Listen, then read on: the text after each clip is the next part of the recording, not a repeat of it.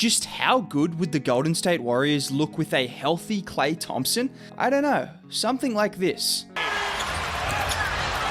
Thompson, off three! Down, Klay, three, got it! Possession of the ball. Klay hides behind Draymond, a lean-in three!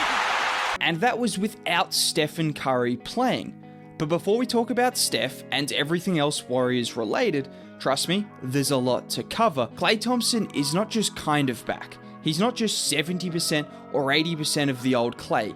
He is back, and the NBA should be worried. Over his last 6 games, Klay Thompson has 4 games with 30 points or more, and is averaging these absurd numbers over that 6-game stretch. In fact, Klay is one of only 9 players averaging over 30 points a game from the end of March through to the end of the season. But every contender in these playoffs has 1 or 2 really good players, right? The issue for the rest of the NBA isn't just Klay getting back to his best. Draymond Green has also looked a lot better recently. Here he is in the 4th quarter against Phoenix. Aiden goes to set a high screen and roll for Booker.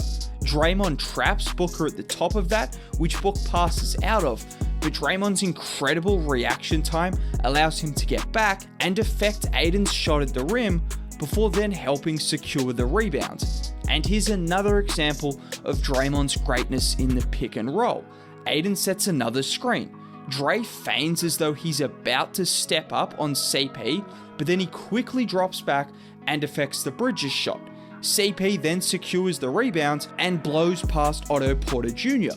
before Draymond helps over and forces the kick out, which results in a 3-second violation against Aiden. It's this level of quickness and activity in the pick and roll and around the rim that is what takes the Warriors to a different level and is what is going to be crucial against Jokic and the Nuggets. But before we talk about that, Draymond hasn't only been great on the court recently, he's been speaking some truth off it. I think Jordan Poole is definitely the most improved player in the league. And you want to know why I agree with Draymond? Because last year Jordan Poole was averaging 22 points a game in the G League. 12 months later, and Jordan Poole is averaging 23, 5, and 4 on even better efficiency than he was in the G League since the All-Star break, except this time it's in the NBA.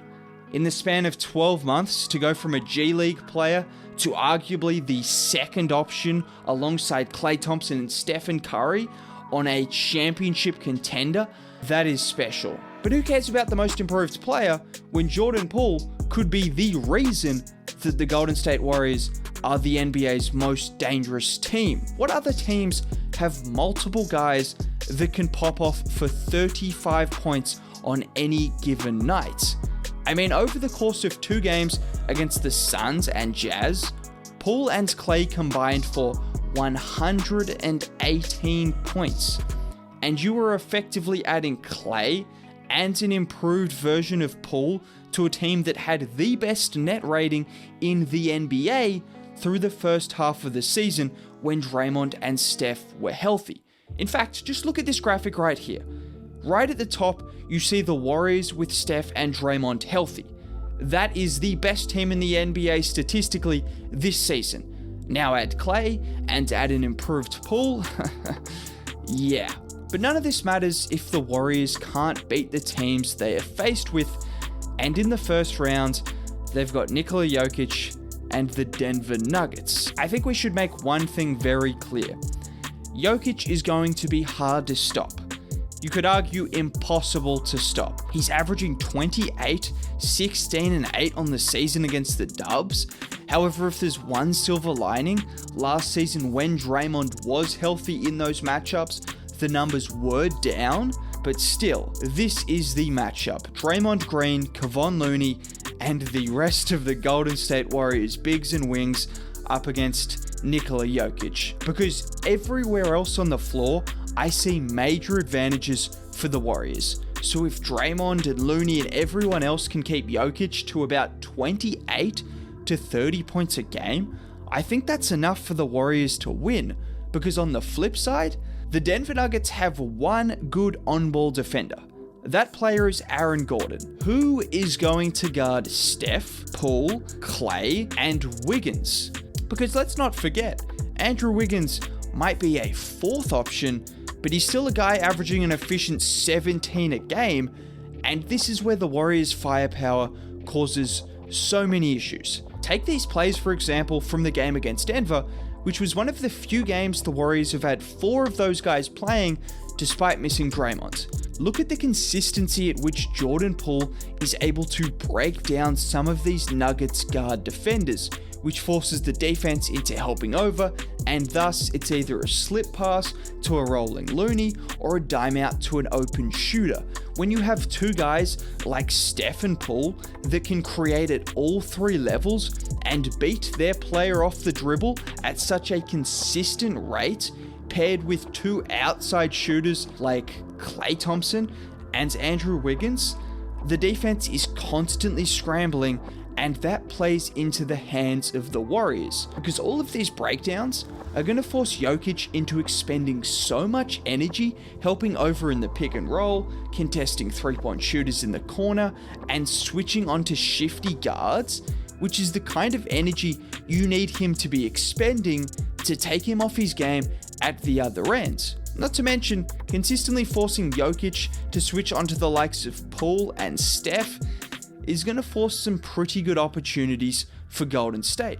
And here's an example of that. Looney sets an off-ball screen, along with Klay drawing Rivers away from help side defense. This allows Steph to get the ball going downhill, and with Monte Morris now on his back, Jokic is forced to help over, which allows an easy slip pass to a rolling Looney.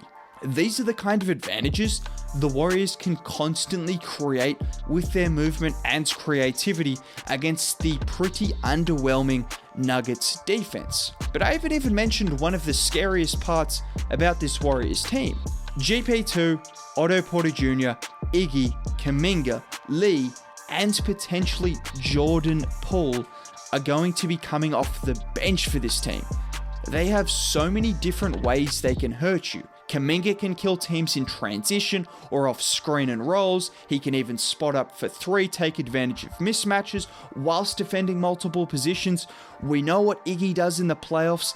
Even at 73 years old, whatever he is, he's going to turn up. Then you have the defensive GP2 that you can give any assignment on the perimeter and he will do a damn good job at locking them down. And this is what is so good about the Warriors, because we all know in the playoffs, you need a lot of different guys for different matchups, and the Warriors have exactly that. But along with having versatility, they just flat out have a lot of top-end talent. And if you did make it all the way to the end of the video, drop a like, it would be much appreciated. Have a nice day. Subscribe to the channel. Also, bye.